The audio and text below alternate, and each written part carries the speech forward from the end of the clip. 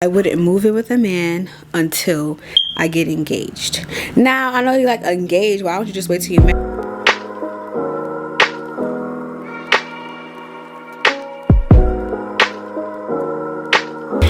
Hey guys, welcome back to another episode of Surviving Life Podcast with your girl Teanna, was aka favorite auntie. If you're new here, we do lifestyle, we do fashion, and we do advice on this channel. If you like those three things, then I'm your girl to tap into. And today's topic, we're going to be talking about moving in with a man and living on your own. Okay, so I know y'all probably like, girl, do you even have a man? Do you even live with a man? Do you even live alone? All those three things that you want to be in my business. And the answer is no, I don't. But I got a little insider stuff of how I think about the situation, whether you living with a man or actually, let's not even say living with a man. Let's talk about more into like, they say not to move in with a man until you're married. But I got my own little views on that, and I feel like I should share it with y'all because I feel like you don't know somebody until you really know somebody. So if you're new here, like I said, like, share, subscribe is free, and yes, tap into this video. So personally, I do believe that you should give yourself a chance to live on your own, because when you're living on your own, you don't gotta answer nobody but yourself. You know, your bills is paid, you know what you can and cannot do. So I feel like it brings us more of an independence. Like, you could be on your own, you could afford your own bills, you don't need to like depend on anybody for anything. And honestly, my goal off the rip already is that I'm going to live by myself before I even invest in a full-blown relationship and moving in with a man, fiance, you know, all that. Now, when they say don't move in with a man until you're married, I honestly have just a little bit of a disagreement with it. I know you're like, girl, what you talking about? Because I know a lot of us believe in, once I'm married, I'll move in with a man. That's how it's supposed to be. You're not supposed to be shacking up. Not supposed to be shacking up. Now, my grandparents, they shacked up a little bit before they got married. Hence why I just like, I know these things. But I feel like, for me, I wouldn't move in with a man until I get engaged. Now, I know you like engaged. Why don't you just wait till you're married? So, me personally, I need to see how you live. And when I say that, I need to see if you leave toothpaste in the sink after you brush your teeth. Do you leave the toilet up after you use the restroom? Do you put your clothes in a laundry bag? I need to see, do you just throw your stuff on the chair? I need to see how you live. And not even just that, like, I'm not perfect. I don't hold you. When I'm in a rush in the morning, do I leave toothpaste in the sink? Yeah. Come back home, tidy up a little bit? Yeah. Do I put my clothes on a chair sometimes when I'm coming back from home? Yeah, I do. Because guess what? Everybody work with all him, you get tired. But I need to see, like, when your deal breaker, like, if it's too cluttered, like, how do you decide if you're going to clean today or clean tomorrow? Do you ever clean? I need to know these things. And I feel like those are much important, and sometimes they can be a deal breaker for some women. To be honest, a man leaving food out on the counter, a little bit kind of irritates me a little bit.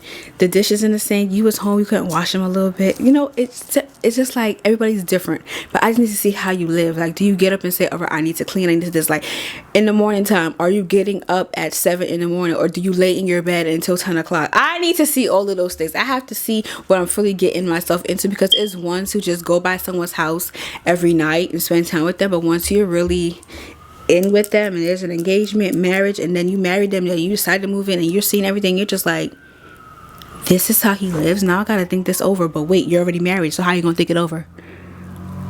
For better or for worse, for richer, for poor, but you're already married, so how you gonna think this thing's over? Do you see what I'm saying?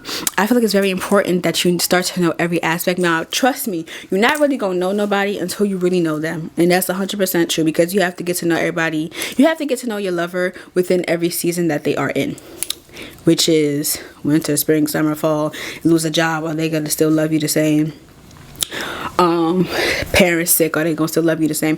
It's a whole bunch of different factors, and I feel like just knowing the person a little bit more on a like household level, like getting the house together, you see what they do, from what you can tolerate, from what you can't tolerate. And I feel like if you do those things, it could be like, okay, I can manage this, and he could manage this, like we could meet in the middle. But if you don't do those things and then you're kind of walking into the marriage fully blind when you don't have no idea of who you're living with. You know what I'm saying? You know what I'm saying? Like that. I wouldn't live with a man until I'm engaged, because I have to see how we live together. Because it's one, when you are on your own, you're in your own space, no one can tell you nothing. It's your house. You do whatever the hell you want. You want to clean tomorrow, you clean 2 months from now, whatever. That's your house. But when it's two people together and you don't know how your significant other lives, or what they take responsibility for, or where they lack, it kind of is a little bit of a struggle. And is that a struggle that you want to walk into blind, or you want to have an idea of what you're getting yourself into? And me personally, I need to have an idea of what I'm getting myself into. Okay, like I said, you can shack up. When you're shacking up and you only spending little nights here and there, it may look all peaches and cream, but when you really did 24/7, 365 days a week, and you really seeing it, you're like, okay, all right, we're gonna have a little problem. We have to discuss this. So I feel like it's better to prevent that by probably moving in with your significant other when you're engaged, versus moving in when you get married. Because like, you're kind of walking in blind, like, oh, this is not the person that I thought he was, or she's not the person that I thought she was. You walk yourself in a little bit blind. And to prevent that, I really think that we should probably think about that. I know they say, oh, don't move it till you're married, don't move it till you're married, don't move it till you're married. I feel like engaged is good. Engagement is good, and engagement give you a little key factor. And if you see what you don't like, and then you don't have to get married as soon as he put the ring on your finger. You could postpone it for like 4 or 5 years, 3, whatever, till y'all really get the wedding that y'all want, or however you feel. If you have cold feet after moving in and seeing certain things that's just not for you. And I know y'all probably like, girl, that is so petty, but some things like that can be a deal breaker for people. The girls who get it, okay? It could be a deal breaker for people. Now, back to living on your own, because I feel like we didn't really dive into that.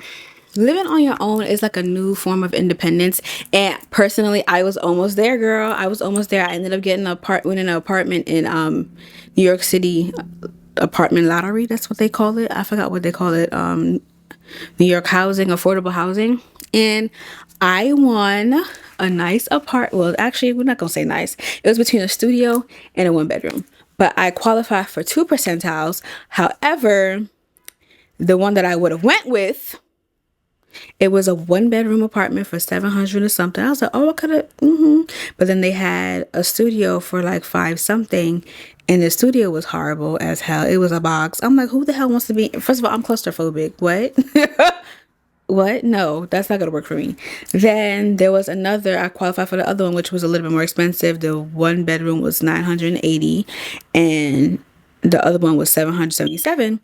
I looked at the $777 studio. I was like, it's still small. It's too small for me. And I have a dog. I have things. None of the stuff that I own would have fit in there at the end of the day. It wasn't going to work for me. So that was like, I was like, yeah, this is not going to work for me. And me personally, I always wanted to move out. I was applying to apartments left and right, because I really wanted to move out. And in that mindset, I didn't even care about the money that I was making. I was just ready, knew that I was going to make it work for me moving out. But I had to sit down and be like, Teanna, after I seen it, I was like, I worked myself up, paid everything I had to pay off, so I could put my down payment. I look at this place and it's not even nowhere near damn where for me. I was like, yeah, this was not my call. I said, God, thank you for putting this in the air, because I've been rooting for an apartment, want to move out. And I ended up moving still to Delaware, which is perfectly fine. But I'm with my grandparents, and that's still perfectly fine, because the way my papa and my mama are, it's like low-key they want me to stay there forever. And at some point in time, I want to move out. I want to have my own space. And I'm only giving myself, from when I start I can't tell y'all that yet, but when I start my position at the new career that I'm going to be heading towards by the end of so-and-so, when I start there, I'm giving myself 3 years to leave, because I have to get my car. First of all, we're going off topic, but that's a whole bunch of stuff, right? So back to the apartment, when I had seen everything, it gave me this sense of like more independence. I'm going to be on my own. I'm going to know what it is to really be a full adult. Because right now I don't have that much responsibilities. I have responsibilities, but not as my dog, but not as much as like the average human being who's living on their own. And I was like, yes, it's going to give me this, it's going to give me that. And I'm still waiting for that time period where I do have that. It's not my time yet, but I know that it's going to come. And it just gives you this feel of like, everything that you have to do on your own, everything that you have to get. And I'm not saying that it's not a bad feeling. It's a great feeling because you just know that you can do it on your own. You don't ever have to depend on anybody else. You're just focused and you're just going and going and going. It gives you this high sense of independence, high value of independence that I really was looking forward to getting. Let's put it like that. And it's like when you have your own space, you don't have to answer to nobody. And I could relate with that when I'm in Delaware. I'm in my room.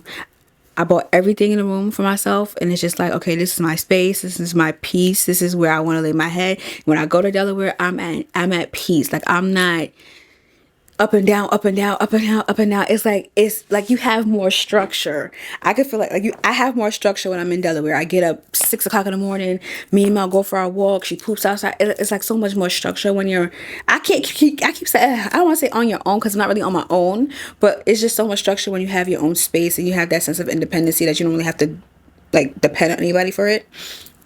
But when you're moving on your own, you don't answer to nobody. You come home when you come home. You clean your house when you clean your house. It's just peaceful, I should really say. Like, it's really peaceful when you just have your own space and your own time. Because when I'm in Delaware and I close that room door and I'm in my bed and Mel would laying with me, I'm talking to her. She just looking at me like, girl, you crazy, but I love you. And it's just like a peaceful thing. It's so peaceful. So I do feel like living out on your own can give you so much more peace when you have your own space.